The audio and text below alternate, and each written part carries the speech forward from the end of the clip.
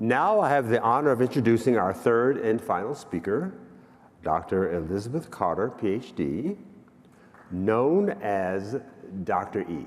She's a distinguished Toastmaster and a past district director. Dr. E is a dynamic leader, a published author, and passionate advocate for personal growth. Today, she'll share her Toastmasters journey and how it has added extraordinary value to her life and career, and how you can tap into that same power through intentional membership. Please welcome Dr. E.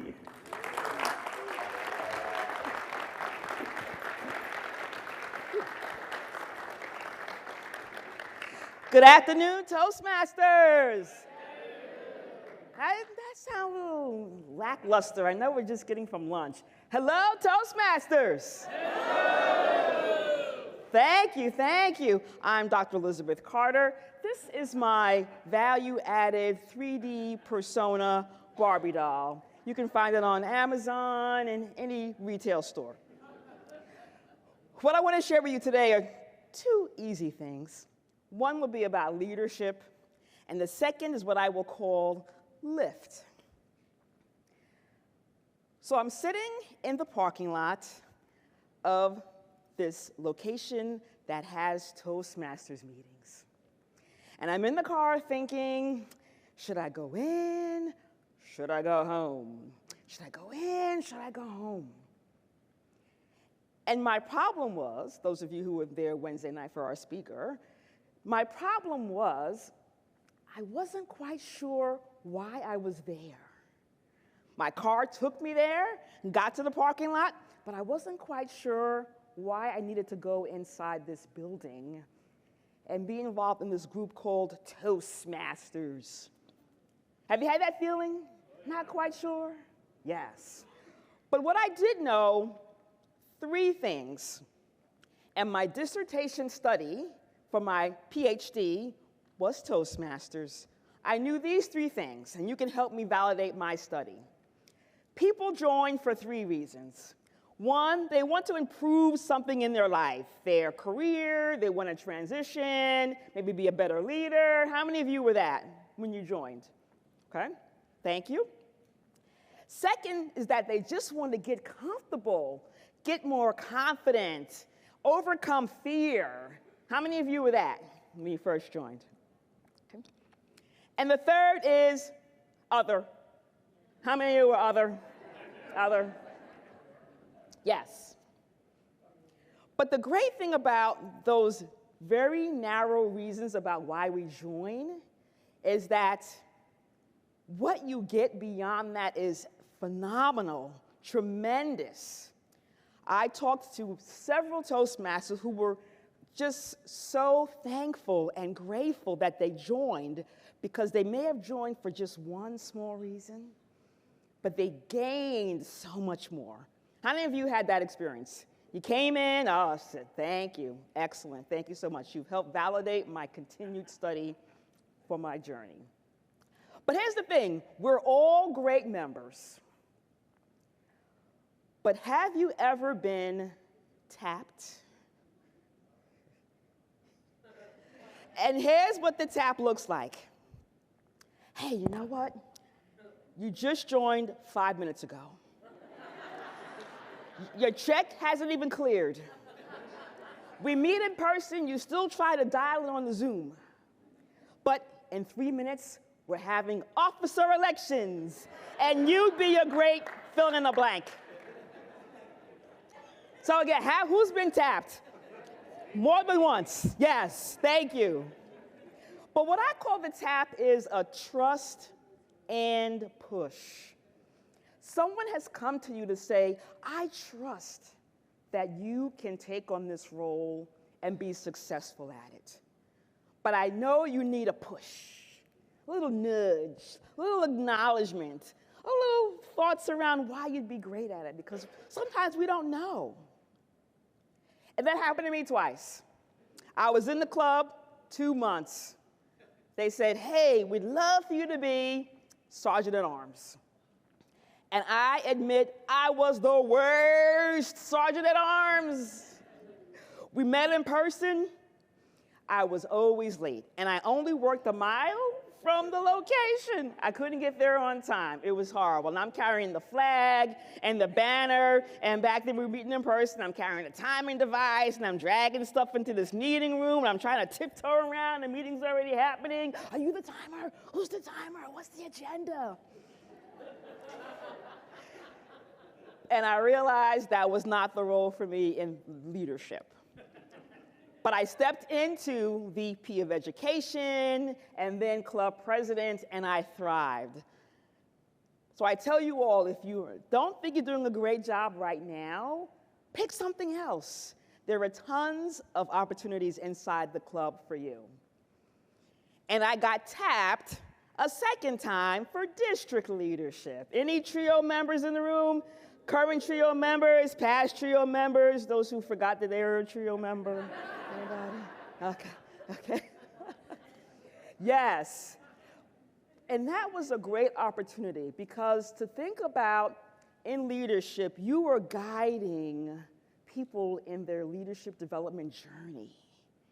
And you're leading volunteers. Those are the best ones because you can't control them. You don't pay them. They don't have to listen to you. That is a challenge, but an accomplishment to say that you've been able to do that. So I always encourage people to consider leadership. You grow well beyond what you would think, same as when you came into the club. You get to meet so many people. I know that people either came to me with a compliment or a complaint, and I embraced them all the same. But often people say, well, how do you really embrace that tap when you're not quite sure, or you don't have time, you don't have the energy, you don't want to do it, I'm leaving town, I'm moving away, my life is changing? Here are 3 questions you can ask yourself. 1 is purpose. What goal do you have to accomplish? We all should have goals. Number 2, what are your strengths? And we often don't know our own strengths. Someone has to let us know based on what they're seeing in us. And that allows us to say, oh, you know what, that makes sense. Maybe I could do this. And we always are thinking about continuous improvement and development. How can you leverage this opportunity to grow in an area that you may not be familiar with or get stronger in an area that you think you will need transitioning back into your job or your family or whatever else you do beyond Toastmasters? So that's how you can embrace that tap of leadership.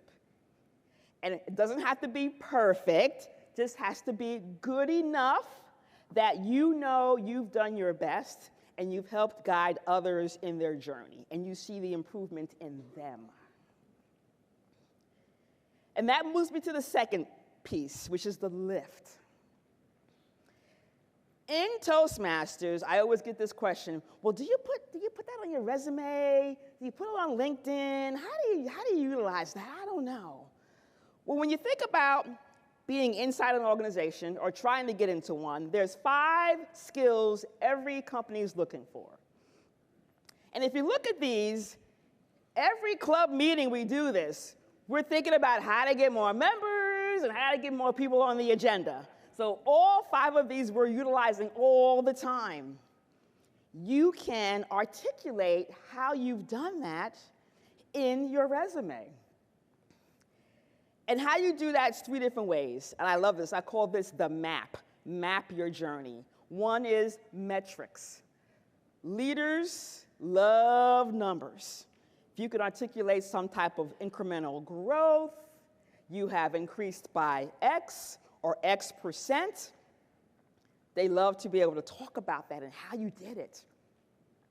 Also, your accomplishments. And we're not great at touting our own accomplishments.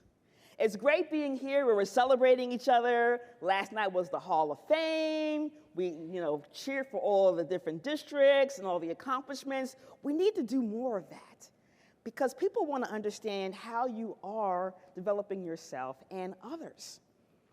And that gets to the process improvement. How many of you have changed something that happens inside your club in the last 5 years? All right, so there you go. Have you notated that in your resume? The next question is, where do I put Toastmasters in my resume?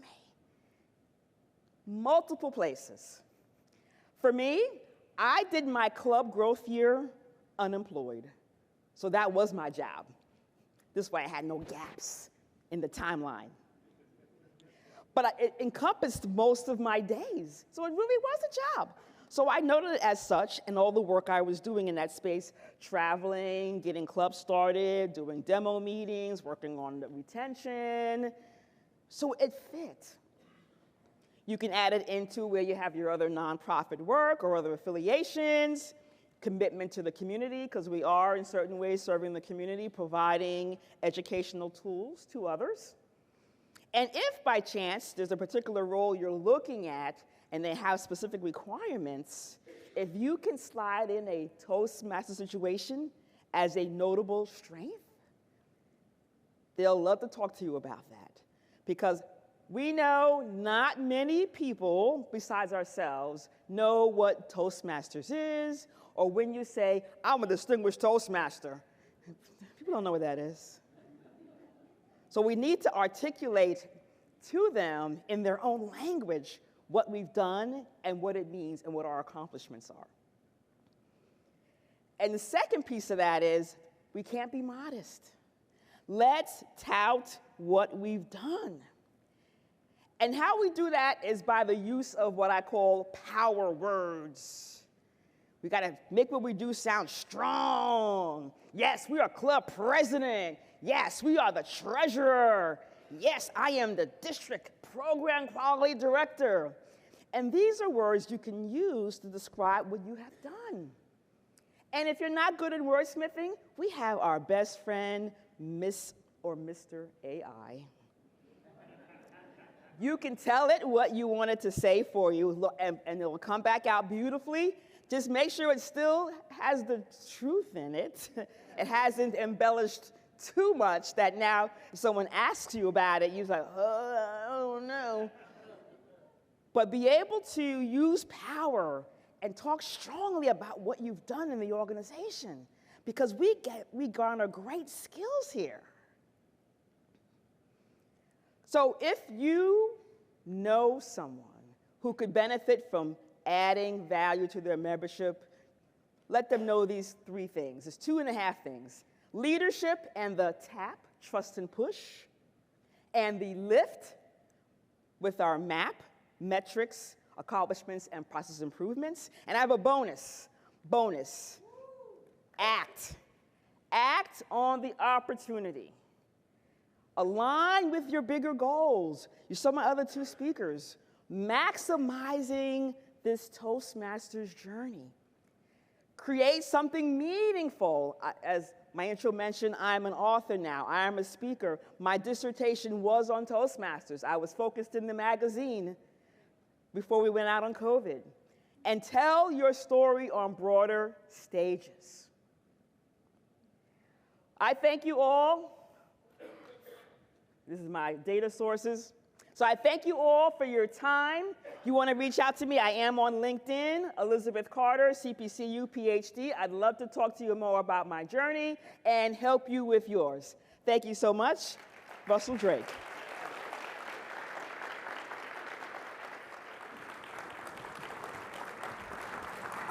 Okay, just a little more for Dr. E.